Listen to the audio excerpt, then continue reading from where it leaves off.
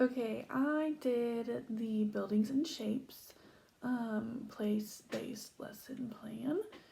My social studies standards is this is for kindergarten, and my social studies standard is 5-1 geography, places and institutions. So we're gonna do like around our school neighborhood. The math that I used for this math standard is a KG1, so it describes the objects used in an environment, using the names of the shapes and how they relate to the positions of like what buildings they are on or what street signs they are. An essential question: how does shapes influence our lives? I think why I ask this is because I want students to know that a simple water cup is the cylinder, and we use cylinders every day, or we use squares every day because the squares on our laptops or our keyboards, like we use those as teachers use them, our parents use them, just things like that. And I think that's something important for like students to realize. So my lesson objective: students will be able to locate shapes on buildings and explains how shapes are used in their everyday lives. So for my assessment, it's going to be an informal assessment. I'll get more into that at the very end of my description of my lesson. I have a couple vocabulary.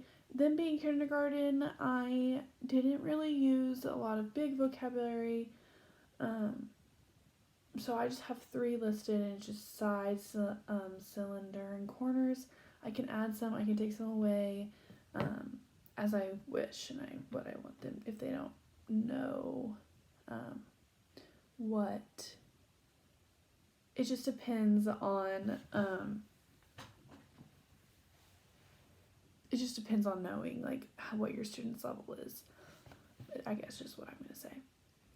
So my materials, so I'll have like a shape sheet, and then there'll be pencils, the technology, like a school iPad.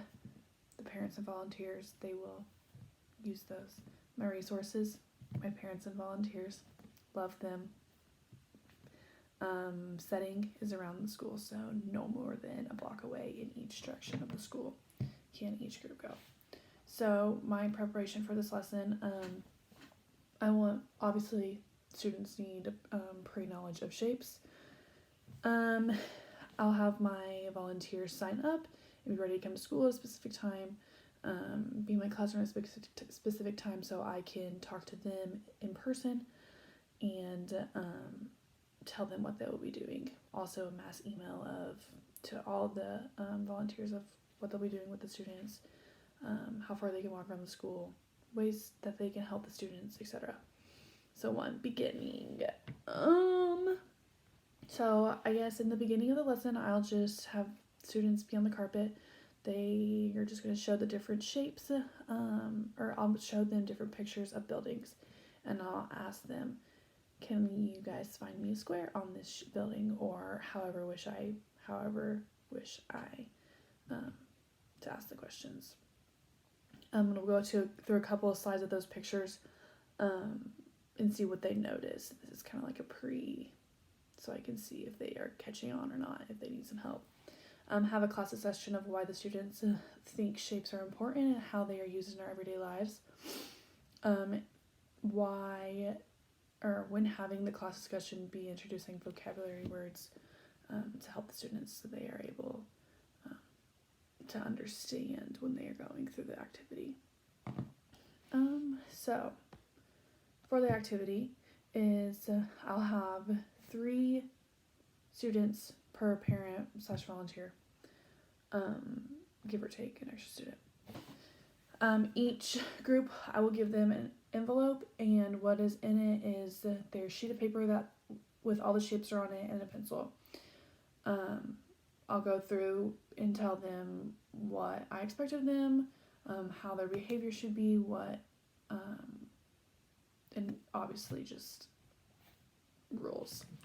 And then I'll go into detail of what they are supposed to do. So on the sheet, they are to each one of those shapes that I have on the sheet, they are to find on a building, and then they are going to take a picture with the iPad, the school iPad that I will be providing to the parents that they are going to carry, and just everything like that. So just a lot of rules, and then I will send them off and have them be out back at a certain time. That's all in that as well. And then explain to them what they get back. And then when they come back, they're going to pair up with another group, and each group is going to share what they found. I did this to do the pair because the students in each group, they will all get to talk more, and I think that it's a little think pair share, but it's not. Like a little pair share with the small groups is each student has more opportunities to speak other than a full class discussion. And it's interesting for the students to see what other groups found, and it's fun. So then we'll go back and do the whole class discussion, what they found, and then go over my essential question I have again, and then I'll have them draw in their journal a picture of their choice, whatever they wish, and have them draw at least 5 shapes that they will apply to their drawing. So if they want to draw like a school, windows can be squares, however they wish. After they draw, I'll have them raise their hand, and I will come around as a teacher, or the para can, and ask them what they drew, like how they drew it, and what shapes they incorporated. This is for me to know, like, okay, they are understanding that this is a circle or a square and stuff like that. And then, yeah, that's basically it. I went off that sheet that you provided, and I really enjoyed it, and I was in a classroom